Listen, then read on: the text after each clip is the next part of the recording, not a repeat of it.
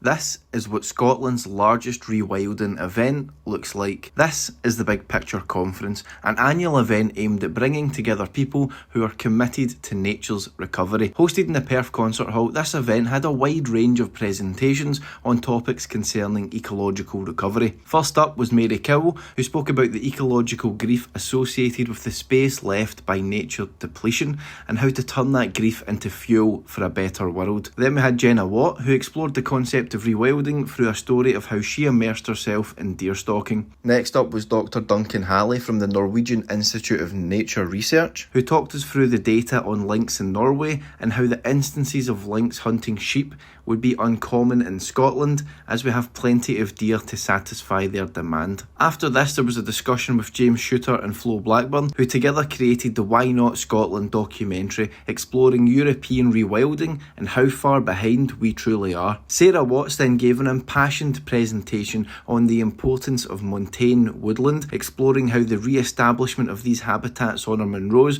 would benefit biodiversity and mitigate some of the worst effects of climate change. Richard Shucksmith then really made me want to go to Shetland, telling us all about the wonderful marine life around the islands and how they create the ideal conditions for orcas. He also touched on how if we can learn to live with orcas, then surely we can learn to live with other predators. We then had Lee Schofield, who spoke about the environmental work done in the Lake District. After that, we had Lynn Castles, who gave us some life lessons from her croft in the Cairngorms. And then finally, we had our keynote speaker, Christopher Preston, an environmental philosopher who lives in Montana. His presentation was all about changing the way that we think about predators and how to accept them in our daily lives. 10 out of 10, feel really inspired. See you again next year.